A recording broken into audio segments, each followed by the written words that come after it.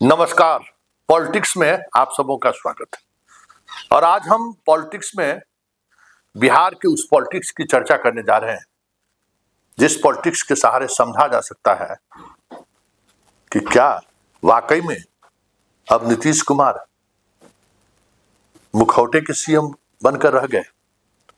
जरा इस तस्वीर को गौर से देखिए, इन सब तस्वीरों को गौर से देखिए। आज अमित शाह ने बैठक बुलाई थी जिसमें chief secretary, DGP, home secretary सहित बिहार के कई जिले के एसपी, डीआईजी, आईजी मौजूद थे। याद करिए, सरकार बनने के चंद दिनों बाद ही यही बैठक बुलाई गई थी इसी जगह पर, और उस बैठक को लेकर नीतीश कुमार ने नाराजगी व्यक्त की और वो बैठक को कैंसिल करना पड़ा था।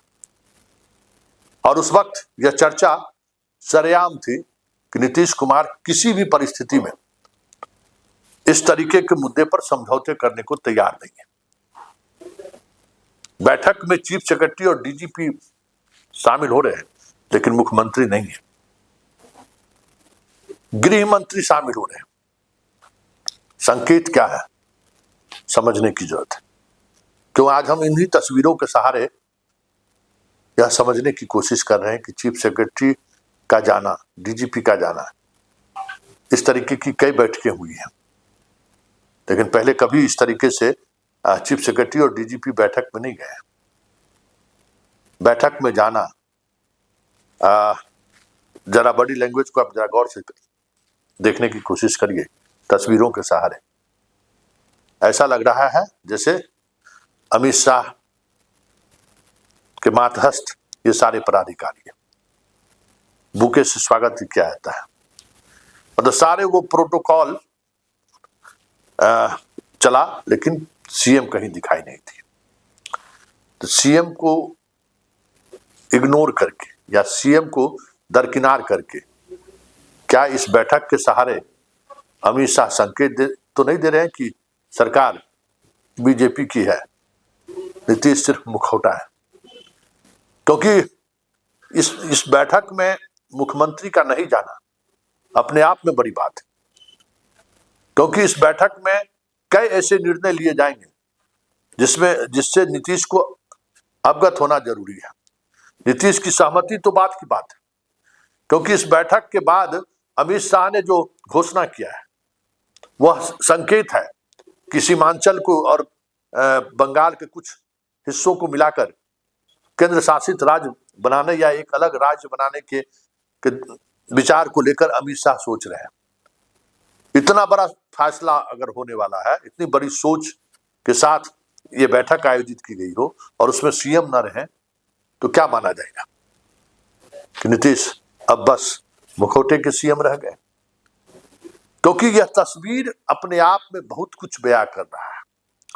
यह तस्वीर बयां कर रहा है कि अब शाह बिहार के पूरे ब्यूरोक्रेसी को अपने हाथों में रखना चाहते हैं। यह तस्वीर बयां कर रहा है कि बिहार की ब्यूरोक्रेसी अब नीतीश को नहीं, शाह को रिपोर्ट करने वाले हैं।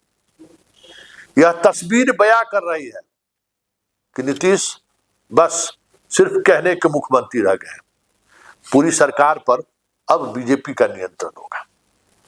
लेकिन एक बड़ी बात है, एक बड़ा सवाल भी है, क्या इस तरीके के बैठक के सहारे शाह ब्यूरोक्रेट्स को जो संदेश देना चाह रहे हैं, जिले के डीएम और एसपी को जो संदेश देना चाह रहे हैं, जिले के बीडीओ और सीओ तक को जो संदेश देना चाह रहे हैं, उस संदेश के सहारे भले ही प्रशासनिक स्तर पर कुछ भी करने की ताकत उसे मिल जाए, लेकिन जनता जो बीजेपी को आज भी नीतीश के बगैर सोचने को तैयार नहीं है, उस जनता का क्या होगा?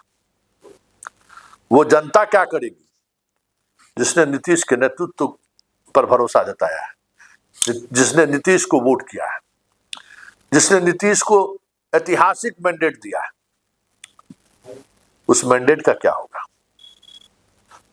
क्या यही वजह है या यही डर है कि शाह और मोदी सीधे सीधे तौर पर नीतीश कुमार को पद से हटाने से बच रहे हैं?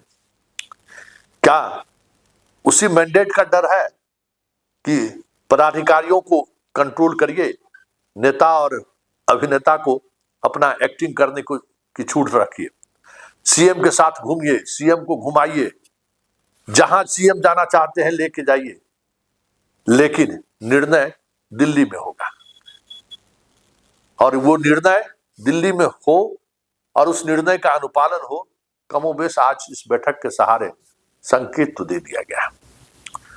अब ये देखना दिलचस्प होगा कि राज्यसभा चुनाव है, राज्यसभा चुनाव के बाद सत्र तो अब समापन की तरफ है, कल सत्र खत्म हो जाएगा। अब नीतीश कुमार का उस तरीके से जो व्यवहार सदन के दौरान उन्होंने दर्शाया है, अब वो दिल्ली दूर वाली बात हो जाएगी। अब वो संभव ही नहीं है। एक सप्ताह के लिए मानसून सत्र का होगा, फिर ठंडे वाले, तब तक बहुत सारी चीजें बदल जाएंगी। तो जो नीतीश कुमार के जिस आवरण को ढकना चाहती थी सरकार, या नीतीश के सहारे जो शासन चला रहे हैं, वो बहुत सारी चीजें तो एक्सपोज हो चुकी है कि नीतीश पहले वाली स्थिति में नहीं है। अब वो नीतीश नहीं है जिस नीतीश की डंका बजती थी। अब वो नीतीश नहीं रहे जिस नीतीश के साया से प्रशासनिक महकमे की धड़कन तेज हो जाती थी। अब एक ऐसा नीतीश है जो मुखौटा है किसी का।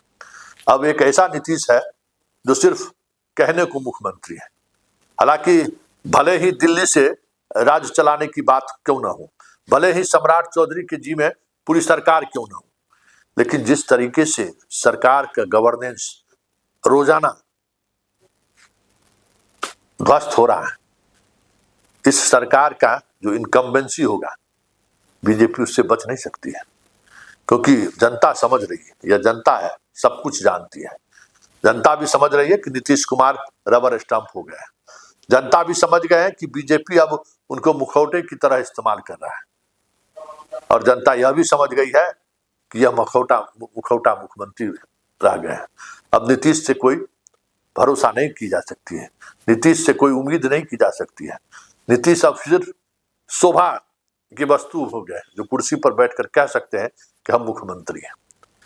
ऐसे में आने वाले समय में बिहार, भले ही आप 200 पार की सरकार क्यों ना हो, पूरी बिहार सरकार की इकोसिस्टम भले ही बदल जाए, जनता सड़कों पर दिखे तो कोई बड़ी बात नहीं होगी, क्योंकि नीतीश का नहीं होना अपने आप में बड़ी बात है, और आरजेडी का चुप्पी साधना यह भी बड़ी बात है, क्योंकि सब कुछ सहजता से जनता तो नहीं स्वीकार कर सकती है।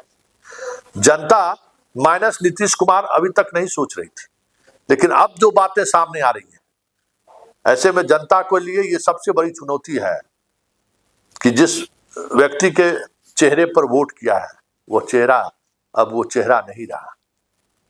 भले आप 200 पार हैं, सरकार चला लेंगे, लेकिन सरकार के खिलाफ जितनी तेजी से इनकम्बेंसी बढ़ रही है, वो इनकम्बेंसी पूरे देश स्तर पर 1974 के राह पर लेकर चल जाए तो कोई बड़ी बात नहीं।